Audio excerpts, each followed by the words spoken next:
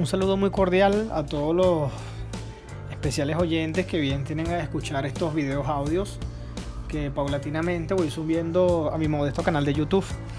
En esta ocasión les vengo a presentar un libro de tipo biográfico, un libro de Augusto, quien sería el primer emperador y que daría inicio a la era de los famosos 12 Césares romanos, es decir, el que iniciaría la era del Imperio Romano.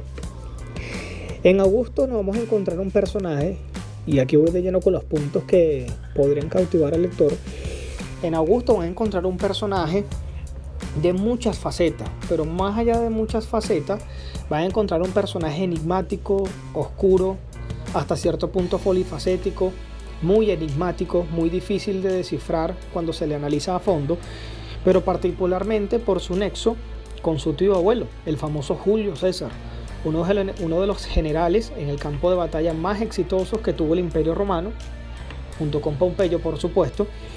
pero parte de esa herencia histórica recae sobre el joven Augusto. Lo que se tendría que decir inicialmente sobre Augusto, aparte de esa personalidad enigmática, fue su temprano interés por los asuntos políticos, sociales, económicos, financieros, militares que resguardaban el imperio, relacionados con el Imperio Romano. En el joven Augusto se despierta un interés por relacionarse con estos asuntos, con relacionarse públicamente con los individuos involucrados directamente en las redes públicas, en la República Romana, y por supuesto, ¿por qué no en el poder directamente? Un poder heredado directamente de su tío abuelo, Julio César, un general romano con vocación absoluta de poder. Pues a mi juicio esto es uno de los elementos bien interesantes cuando se trata de estudiar la historia de César Augusto, la vocación de poder heredada precisamente de su tío abuelo. En segundo término, en Augusto vamos a encontrar, más allá de ese involucramiento con los asuntos de la República, con la cosa pública,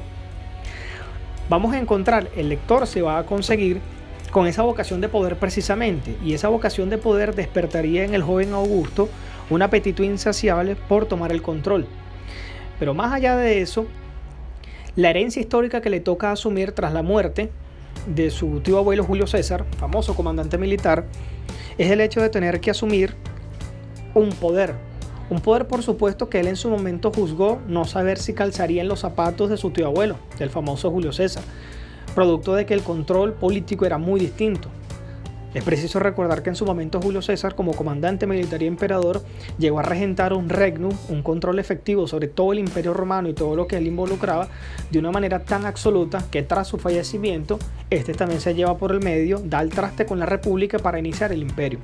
Pues ahí encontramos una transición entre tío abuelo y sobrino nieto. Precisamente cuando le toca a Augusto asumir el poder, parte fundamental debido a esa herencia histórica, a esa herencia política que le toca, y en parte le toca asumir una serie de reformas desde el punto de vista militar, desde el punto de vista de liderazgo, desde el punto de vista especialmente de control sobre el imperio, que por supuesto le granjearían la fama no solo por haber sido heredero del famoso Julio César, sino precisamente por haber logrado en esa transición de revolucionario, como lo comenta el autor, de revolucionario emperador, por haber logrado una serie de reformas que históricamente se le atribuyen. Una de estas reformas precisamente sería la famosa Pax Romana. A Augusto, aparte de su personalidad enigmática, se le tenía como un hombre revolucionario, producto de esa herencia personal, de esa formación suya, modus propio, que por supuesto lo llevaría, una vez con el poder y con ese famoso peso de esa herencia histórica, lo llevaría a emprender una serie de reformas para asumir un liderazgo propio. Es decir, no quedar bajo la tutela y la sombra de la memoria de su tío abuelo, Julio César, sino emprender un liderazgo propio que le ayudara a cimentar su figura como emperador, su respetabilidad como emperador y por supuesto que le garantizara su control sobre todo el imperio. César Augusto, un tercer punto no menos importante, comienza formalmente la era de los famosos 12 Césares. Es preciso recordar que tras el fallecimiento de su tío abuelo Julio César, con este fallece también la República y se da inicio a lo que se conoce como el Imperio Romano, la expansión política de Roma en forma de imperio. Y por supuesto a quien le corresponde iniciar esta era como emperador es precisamente a Octavio, o precisamente César Augusto, como se le llama. Luego de él vendrían otros Césares, pero precisamente es Augusto quien inicia, más allá de contar con la denominación en su nombre de César, precisamente él inicia la era del Imperio Romano, no solamente desde su nombre, denominado César, sino que César también denotaba el hecho de que a él le correspondía asumir esa herencia política histórica, pero aparte denotar, establecer, fijar ese linaje precisamente iniciado por Julio César, su tío abuelo. César Augusto es el primer emperador del Imperio Romano y con él se iniciarían varias décadas, específicamente 44 años de poder como emperador que le servirían para emprender, como ya lo he mencionado, una serie de reformas. Reformas desde lo militar, desde el liderazgo, desde el control, pasando por las políticas más pequeñas hasta culminar en las políticas más grandes que por supuesto tuvo a bien emprender. En definitiva, en César Augusto vamos a conseguir un personaje bien interesante, enigmático en muchas facetas, indescifrable en otras, pero en definitiva, el peso de un individuo que le correspondió asumir una herencia histórica importante y que por supuesto supo controlar, supo dominar los asuntos involucrados con el Imperio Romano. César Augusto, un individuo trascendental, pasó a la historia,